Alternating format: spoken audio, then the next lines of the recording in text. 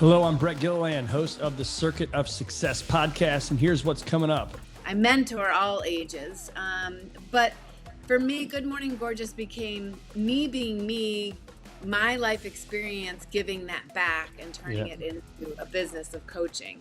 And I'm enhancing that. I'm getting certified in the Jay Shetty School of Coaching now, and really want to blow up what I'm doing because I love what I'm doing. Welcome to the Circuit of Success. I'm your host, Brett Gilliland. Today, I've got Karen Phelps Moyer with me. Karen, how you doing? I'm great, Brett. Thanks for having me on.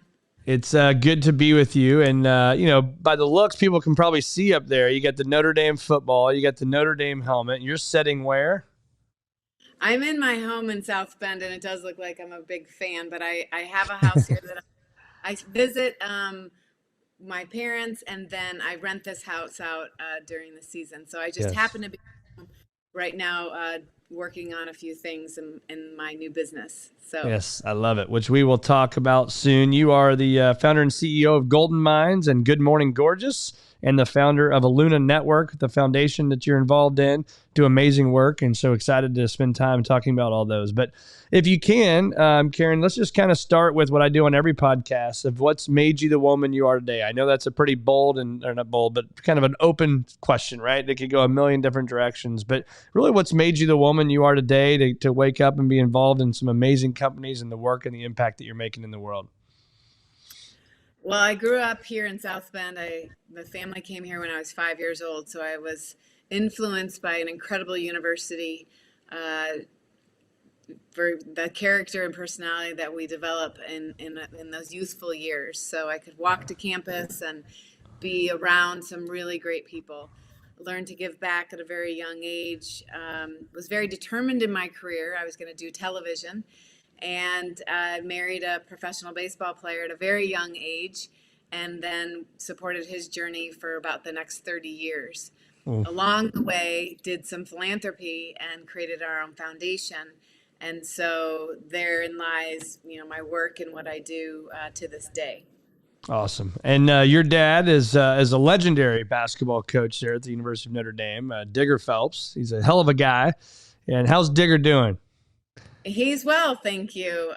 He is active in his own way. He's definitely slowed down in the sense of what's on his agenda and in his calendar. He's been doing some world traveling since COVID's been over, and he is healthy, and that's all we can that's ask. Good. That's awesome. That's awesome. So what did you learn in that role? Obviously, in the environment you grew up in, you grew up around sports, you grew up around competition, grit, all the stuff you got to do, right? I mean, to coach at that level and the success he had, obviously I would think that would sprinkle down to kids. And so what did you learn watching that from the front row? Well, there was always a giving back component. And so whatever your blessings are, to be able to pay that forward, to support others in the community with different organizations. Both of my parents were always demonstrating that. And obviously the university does a really good job of that as well. Yeah. So, and for us, it was not only paying it forward, but just knowing how you could make things better for others. And so whatever that looked like is what we were trying to do. And so that carried on with me through life and to what I'm doing now. Yeah.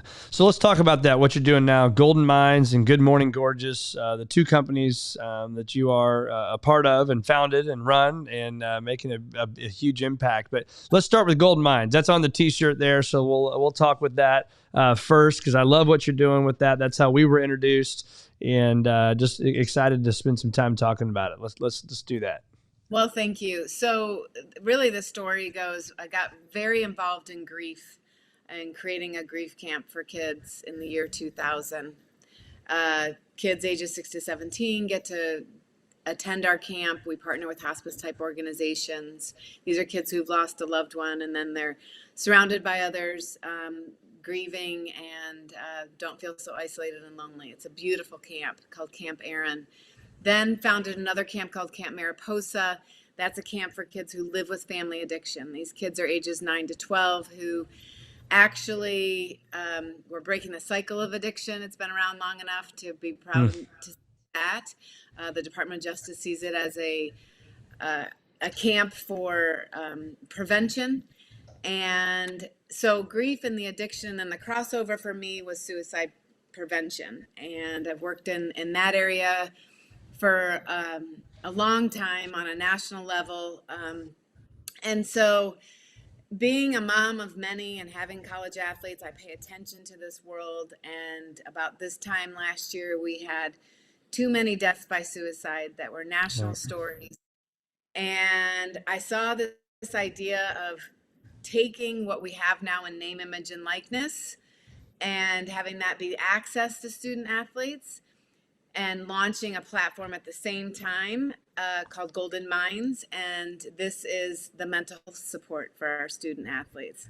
So I am directly working with student athletes from Notre Dame, St. Mary's, which is the girls' school across the street. And then the other school here in South Bend is Holy Cross College. And so, we're looking at about 1,000 athletes that have access to Golden Minds and to Golden Touch, the NIL, but really in development. Thought I would build a resource center, and that is not where this generation is. They're not clicking on links. They need to communicate through their phone and feel safe. And so just building that. I'm in town right now to host what I started a few months ago, and that's called We Hear You. And I just want to hear them. I want to meet them where they are. I bring in experts. They go home with some tools about how to deal with what's going on in their world. It is a crazy world, as we know. Yeah. And to maintain the academics and the athletics and the social life, along with social media and other things, it's a lot for these kids ages 18 to 24. So Golden Minds is that outside support that is going to do some big things. Yeah. And you are seeing it more and more often. And it's, I wonder, are we seeing it more often because there's news on all the time? But I don't think that's the case. I truly think it is happening more and more. And whether it's our phone, it's the world we live in today. I mean, what advice would you have for those listeners right now that, we have kids and maybe we don't have college athletes yet. My kids are still in high school, junior high, and grade school. And you're the mother of 8 children, which is, I have 4 kids, and I think that's crazy. I can't imagine having 8. So I digress. But anyway, what are you seeing? What advice would you have for those that are out there trying to make an impact in the world with kids and our mental health? What advice would you have for us? You have to start the conversation. There can't be stigma around it. And so it has to be dinner conversation. You have to do check-ins with your kids. You can also surround your kids with other safe people that they can talk to. They're not always comfortable coming home and talking about it. So who are the coaches? Who are the other adults in the room that they can go to? Empower them if they think that one of their friends isn't well, that they should tell somebody. It's a crisis, absolutely. And COVID didn't help, but we can do better. And so starting the conversation, breaking the stigma is the first thing for sure. And then surrounding them with safe people to go to talk about it. And then doing the check-ins. Yeah. And that's whether it's, we're talking about, suicide, terrible. But also then on the flip side of that, if we look at it even from the business side, right? I mean, that's important, whether it's mental health, if it's business. I mean, we got to have check-ins. We got to check in with our employees. We got to check in with our teammates, check in at home, right? I mean, all the things that you're saying are such a big deal in all facets of life. But I think this mental side is important. And I think it's okay in today's world too. What I'm seeing is it's okay more for men, especially, to have those conversations and be okay and be transparent and be vulnerable. I've been very transparent on this podcast. And then when I talk publicly at speeches and different things, is I dealt with anxiety a lot. Right. And you can either make that a weak part of your system, or you can make that a strength. Right. And I found the more I've talked about it, the more I've been open about it, the more somebody comes up to you and they're like, man, I didn't know that. I'm struggling with that too, right? And so I think when you hear me say that, being open, being transparent, being vulnerable, what are your thoughts there? I applaud you. Way to go, because our generation's not doing that. And that's where it starts, is to just recognize that it exists within you. And it's okay to have days where you're not okay. Yeah. And So then it does come down to the choice of, if you stay in it or if you can help yourself get out of it. Lots of professionals out there that are, can support you and help you through it. Sometimes you just need the tools on how to get through it. Sometimes you just need to be heard. And while life is super complicated, it is important to know that there are people out there that will listen to you and give you advice. There's a lot of people that give you bad advice too. But as we grow and develop, we learn to be more mindful in life. We learn to be more methodical in our thinking and our reactions. We definitely have to do that in parenting, and certainly in relationships and at work and things like that. So it's a nonstop work in your own self development. But if you have self awareness, that's a huge first step. Yeah, let's talk about, because these two go in hand in hand, and you do an amazing job on this stuff with Golden Minds. But you also have part of the company that talks about NIL, and you mentioned that, right? The name, image, and likeness. I have a philosophy on this, and I'm curious. Somebody that's in the business, you've been in the sports world, you're basically your whole life. Not basically, it has been your whole life, right? What are your thoughts on NIL and the transfer portal? And if we can't go down this route because of your roles and what you do, you tell me to shut up and I'll go to the next question. But I have a huge passion about this, and let me tell you why, if that's okay.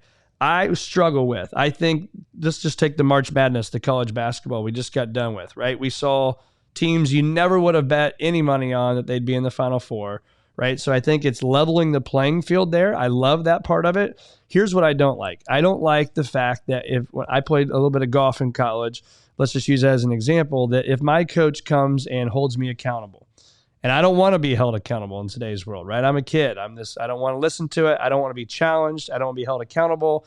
I don't want to be pushed to my limit. It's just a lot more comfortable for me to just say, you know what, I'm out. Right, I'm leaving company X or school X, and I'm going over here. I'm curious your thoughts on that. What's it doing to our kids right now? Because it scares me for an accountability and toughness factor that we're not giving them. Well, I think you bring up a really good point. I don't think that everyone's really looking at that piece of it. I think what they're looking at is the playing time or the accessibility to an NIL deal. And, let's make that even for them. But the accountability, that's going to have to come from home. That's going to have to come from within themselves, because it absolutely will catch up to them. Yeah. If you're in an environment where you get to run all the time and not have to face adversity, and you just think it's greener and it's better, that is not going to be a pattern that's going to work for you in life. Yeah. And so, look, I grew up where I couldn't give any of my dad's players a bagel or a car ride, right? And so when I looked at exploring getting involved in the NIL, I was very standoffish about it. It's not going away. We can do this right. There are right ways to do it. Lots of influencers out there making money, just putting their name on something, right, looking good, whatever it is. And so if this is an opportunity for a student athlete to monetize at any level, I think that they should. I think that they've been held back in doing that. There are very strict rules around that. A school like Notre Dame really did live by that. Yeah. So it was already an unfair playing field, quite honestly, because not every school lived that way. Right. So it's not a pay to play situation, but it's definitely a chance to monetize yourself if you're passionate. So my NIL players, we are involved in a movement around mental health. So I'm looking for companies that this is important to them. They come to me, they have access to these amazing athletes. Together we'll be pushing mental health, starting the conversation, breaking the stigma, coming up with tools. They can become a captain and a leader in this part of their team, and role models around the country, quite honestly. Yeah. So you bring up a really good point about that, but I think that also comes from home, right? And where the accountability is, it's been really hard raising kids for this generation. What they feel is they deserve, and then they've had to live through COVID. So yeah, we aren't gonna know, and I think you're right. You're gonna be onto something.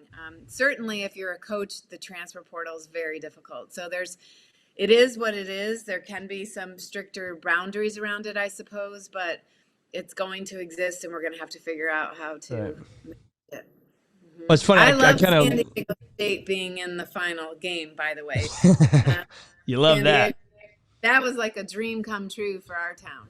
That's awesome. That was a big deal, and it was a lot of fun to watch. And so I do like it for that, right? I think it becomes, to your point, it's a more of a fair playing field, right? Because and you're not saying this, I am, but the old school days where you hear these stories of, the duffel bag happens to be on the tarmac and it's full of cash, right? And that kid goes to that college last minute and all that. But now you have, whether it's the basketball players you hear about making $1 million a year, or these, I don't even know their names, but there's twin girls from Miami. They're making $1 million or $2 million a year, right? It's like, how long can that go? And so my other philosophy on this is, what I do like about it is, it's hard, and I'm in the wealth management business. That's my day-to-day job, right? And so I understand money and the importance of that, and giving money to somebody young is tough, but at least when they get drafted, sometimes they may have the wrong people around them, right? So now you have this kid who's 18, 20, 22 years old, whatever, and they get drafted, they're around millions of dollars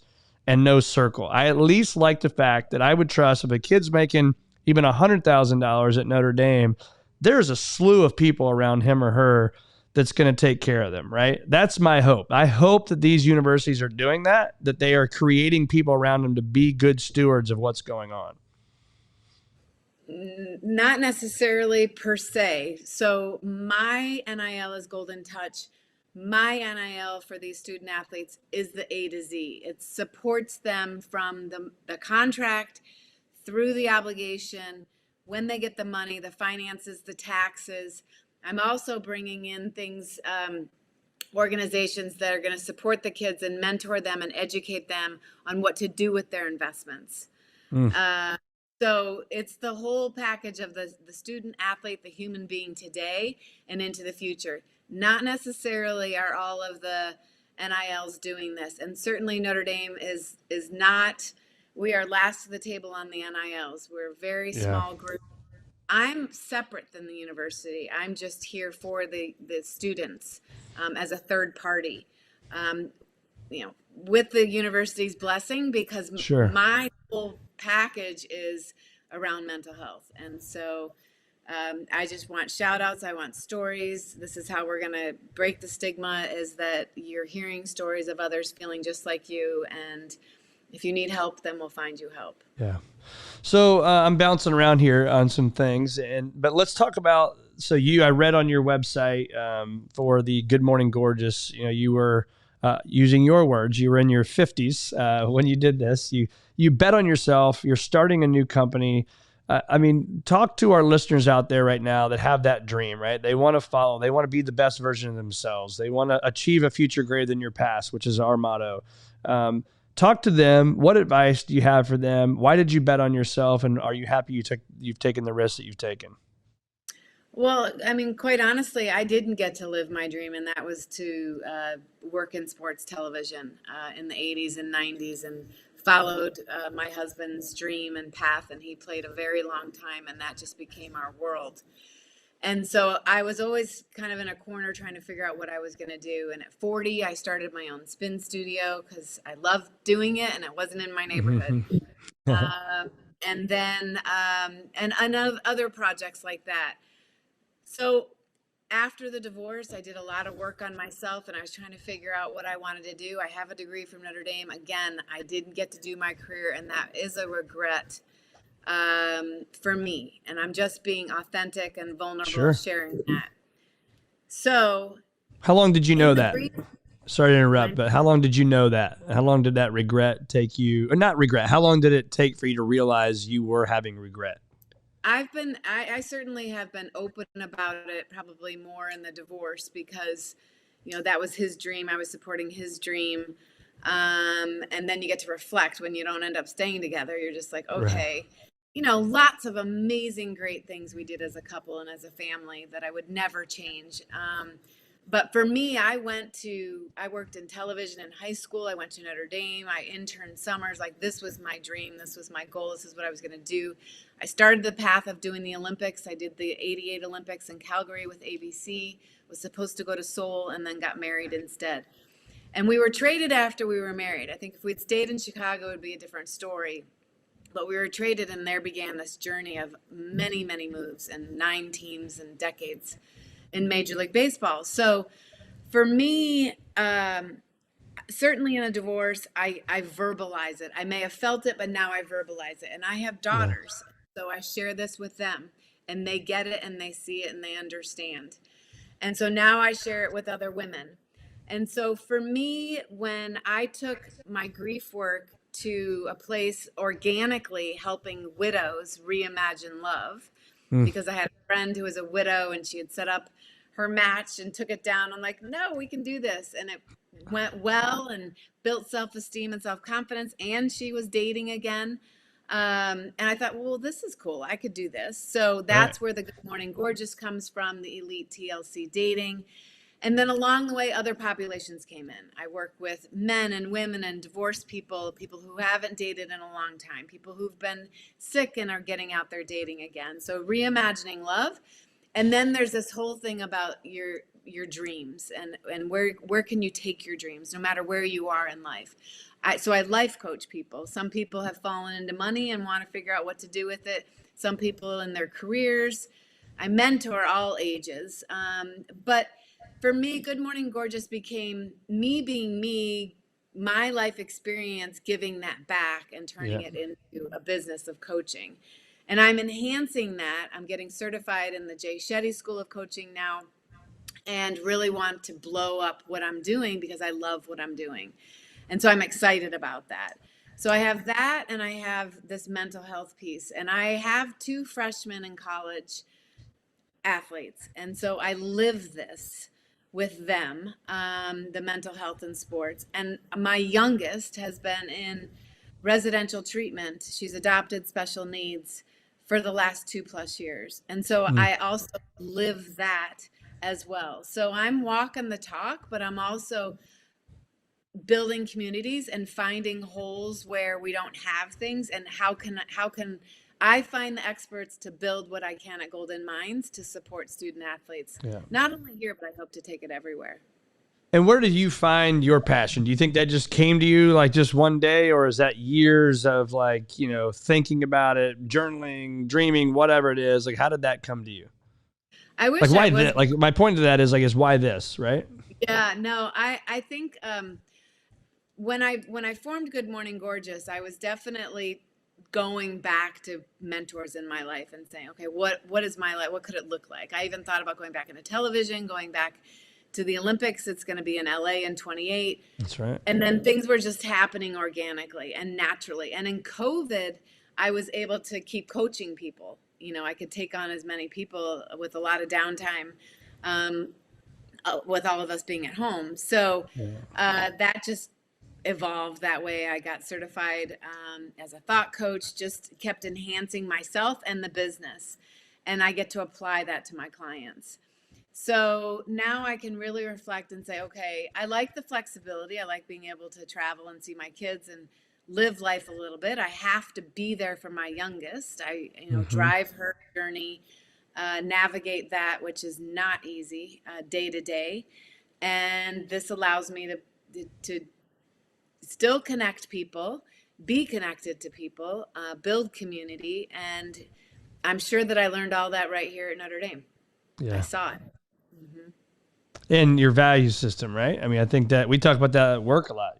We got to be values connected. We got to be vision connected. I think that's critically important. So when you hear those words, values, what comes to mind for you?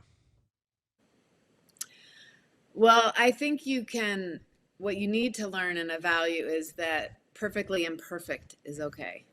So if you are stuck in perfection, if you're stuck in a facade, if you're stuck in a place where you feel like you need to prove to everybody that you can do things, handle things, not do things small, always do things big, you're going to burn out. You're going to burn yourself out. You're going to burn the people out around you.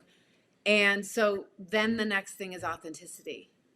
And so how do you get to be authentic with yourself? And then it's all about self-care and self-love, and to be able to really love yourself. I know that sounds kind of weird, but I don't know how many people can say they love themselves, right? But you need to love yourself in order to be loved authentically by others. And self-care is huge, especially moms. We are doing everything for everybody else all the time. And if we don't take care of ourselves, then the rest isn't going to work. This being around like-minded people, it's important to have a partner that supports you in all of that too, that lifts you up. Even if you're full of self-esteem and self-confidence, know that you deserve and should be getting from your partner that you're uplifted, that you're appreciated, because that too can get really old and you can get burned out. So, there's a lot of things that we can work on just day to day mindfulness, and whether you're doing meditation or how you decide to wake up and set your intentions for the day, how you are at night when you go to bed, definitely living with gratitude. And I hope that I inspire people to give back. That fills my heart so much. My next favorite thing other than being with my kids is to be at my camp and watch these kids, grow and heal and find hope and healing in themselves and be able to take that home. So giving back at whatever level that is, it can be big or small. So let's peel that onion layer back a little bit on the self-care side. So if I followed you around for a week or a month, pick the time frame, what am I seeing? What am I seeing Karen do day in and day out to take care of herself? Sleep is definitely something that I'm requiring more with age. And so recognizing that you need more sleep, and rest and recovery. Working out for me has always been very important. That's the mental health for me, quite honestly. My family knew it was good if I got a workout in that day, and you just feel better and, look better. All that comes in one package. Can I stop you there for a second? How Yeah. are you doing that? So what are the age ranges of the kids? So unfortunately, because of COVID, I became an empty nester 4 years sooner than we were supposed to.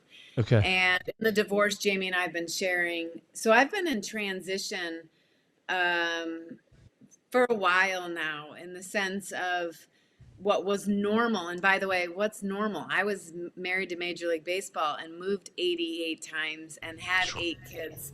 And the bigs were in 3 schools. And, it was just this grind. And I was always finding a workout for sure. Well, that's where I was going with that. You're hitting the nail on the head here. Is so many people, I don't have time, right? I don't have time to read 10 pages a day, or I don't have time for a 5-minute meditation or a workout or whatever, right? And I can be guilty of that sometimes. And so Sure. what did you do as a mother of 8, moving all over the country, husband's out of town playing sports? What were you doing to make sure that stuff gets done? Because it's easier now, I would assume, right, with being an empty nester. So, but what were you doing when the grind was going on? How were you doing it?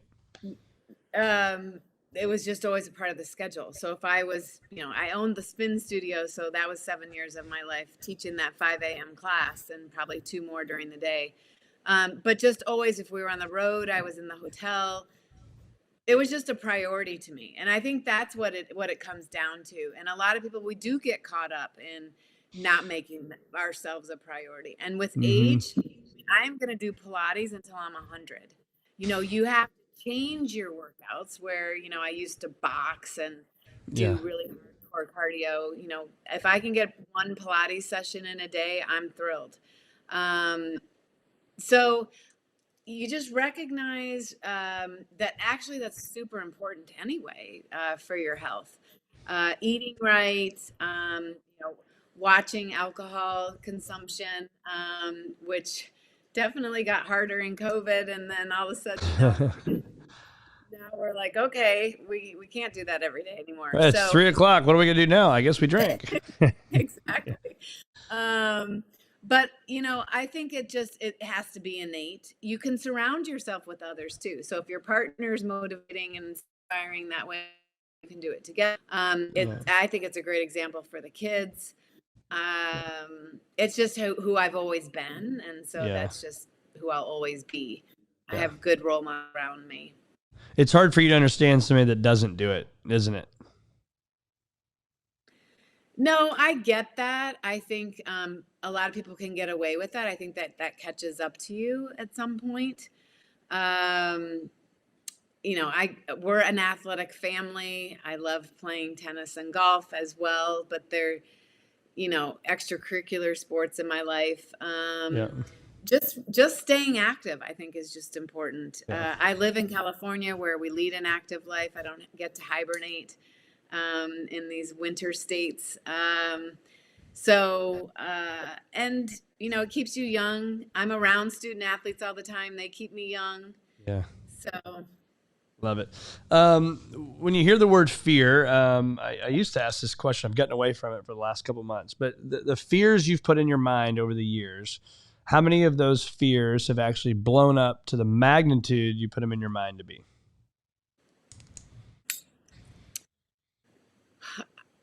I don't think that I've lived a life fear-based at all. And I don't have thoughts that are fear-based. I don't have actions that are fear-based. What I did most of my life was prove everything to everybody. I got this, and it was never small. It was always big. And so it took me a long time in life to figure out that pattern where, I was doing everything, having kids, doing the projects, doing the philanthropy, the teams, on boards, creating baseball leagues. I loved all of it. What I've gotten better at doing is being present. So probably I was avoiding and filling voids. I grew up in a celebrity lifestyle, very public life, married right into that. And so for me, I can sit here and say, okay, what's real? What's important to me? And right. I think that another really good thing out of COVID was that we could look at our lives. We could simplify our lives. We could recognize that we could be together and enjoy each other and be present. And so for me now, it's where I used to go to bed with no to-do list. I have probably 2 notepads full of to-dos that I have to do. Things, dreams, aspirations, to-do list. I'm gonna change this subject here a little bit. I've been liking this question lately. I'm gonna have you pick a number, but I'm on your Instagram. Okay, so pick a number between 1 and 10. Okay. Okay, go ahead and say that. What is it? 8. Okay, and then now between 1 and 3. Pick a number between 1 and 3. 2. Okay, number 2. Let's see. That picture is, looks like you. It says, what a wild weekend of weather and endless fun with dear friends and silly family at Notre Dame. Blessed with a community of big brothers, Dad's former players, an awesome brother and his perfect kids, my beautiful Katie Rose, and my dedicated, loving sailor who helped me tailgate set up and so on. So talk to me about that post to you. I can see your smile on your face. So you know exactly what I'm talking about. Well, I've been on social media and off social media. Okay. When I was on before, I had a lot more followers. And I went off for a while around my daughter's mental health and came back. And so I know my posts because I don't post as much as I used to. And now we have stories, which is where you can post more than where we used to just post everything. So that I remember because I was here at Notre Dame, and this past football season, I hosted tailgates to get the word out about what I was doing with Golden Touch and Golden Minds. And that particular weekend, I had my daughter up from her boarding school, which is just south of here in Indiana. I had my significant other here. And it happened to be a game that a lot of my dad's former players were back. And so the picture is me with a bunch of those guys that are like big brothers to me. And at the end of the day, truthfully, they've become mentors and advisors to me in my new business with Golden Touch and Golden Minds. Yeah. And so that, to sit and reflect in that and to remember your roots, I think is really important. I'm definitely a nostalgic person that way. But be able to share it with my kids. My brother was in town that weekend with some of his kids. So I cherish that kind of stuff. It's awesome. Awesome. Yeah. I love those questions just because it's neat. Because obviously when people make a post, there's some big meaning behind it. How did you go from the 8 to the 2? Well, so I just said 1 through 10 because if you said 20 or if I said like 1 through 50, I'd have to scroll and count and it'd take forever. So 1 through 10 was the 10th row on your Instagram, and then 1 through 3, this was the second picture of the three that Oh, of the way it looks on your Instagram. So okay. I'm sure there's better ways to play the game, but that's kind of how I've done it, and so I think it's That's cool, right? It's yeah. like another one here. If you would have said third, it says National Gratitude Month, right? Psychologists find that over time, feeling grateful boosts happiness and fosters both physical and psychological health. That was one of your posts. And so, I have a journal that's now out, shameless plug here live on, it's on Amazon.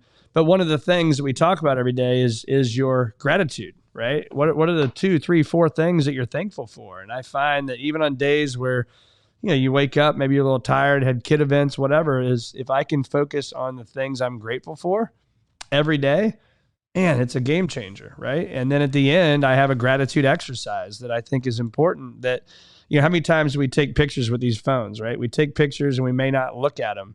But every 90 days, I go through and I look at the last 90 days of pictures and I write down everything I got to experience with my wife, my kids, my friends, my firm, whatever, right? All those things. And for the next 90 days, I celebrate those. And then I look at the next 90 days ahead and say, what experiences can I create? Okay. So that's my exercise. So when you hear that, what comes to mind for you?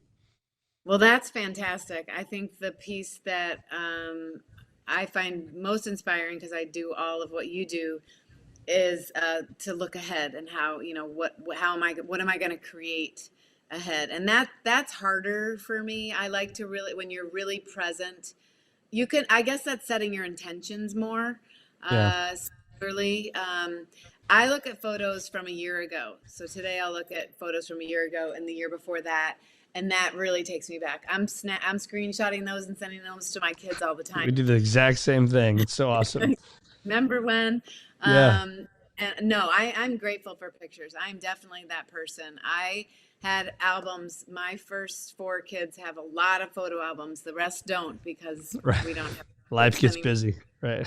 Well, we don't print them. We don't Oh have, yeah, that's true. Yeah. print pictures. Yeah. There's no albums. I mean, it's all digital, Yep. right?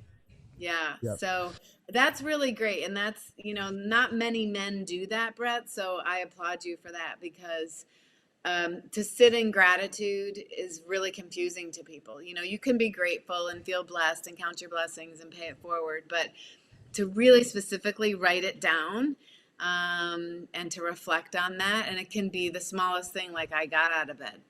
Yeah. And that's real for a lot of people. Yeah. And I think it can change your mindset too, right? Like I was pissed the other day. I have terrible allergies. So I'm like, even right now, my eyes, I want to rip my eyeballs out. They hurt so bad. And so I was going down the path of, it's, my allergies and blah, blah, blah. I'm bitching and moaning about it. And then I'm like, you know what? Today I'm grateful for is the grass is turning green, like where I'm at, right? In St. Louis area, the grass is turning green. The flowers are blooming. It's starting to be warm weather. It means it's golf weather. And so it's amazing how that mind shift change, just by a little challenge to yourself, that goes a long way as well. Well, and I find too, with age, I don't really want to be around negativity. I No, don't even, and it's a hard country to be in, separating yourself from negativity that's right. and all of the things that are happening. So you really have to work hard at that. I find myself isolating more than being around people, because people are so negative. The other thing that I love to do if I'm not at my camps is to be on mission trips where everybody's like-minded and we're all there for Yeah. the same reason to give back. So the more you can do that in life, the better your days are going to be. And I think for you, you're paying it forward on the podcast. So I think it's great. I appreciate you Awesome. having me. Where do our listeners find more of you? Where can we send them in the show notes? Well, I appreciate that. So probably the best place to find me, well, if you're interested in grief and addiction and my camps, that's elunanetwork.org. And then certainly on social media, on Instagram, LinkedIn, Twitter, Facebook. But if you are interested, have a friend who's talking about reimagining love, find me at goodmorninggorgeous.com. And then if you're interested in mental health and student athletes, find me at goldenminds.world. .world. Okay. Awesome. Well, it's been awesome having you, Karen, and really enjoyed our time, and go Irish. Thank you. Thanks, Brett.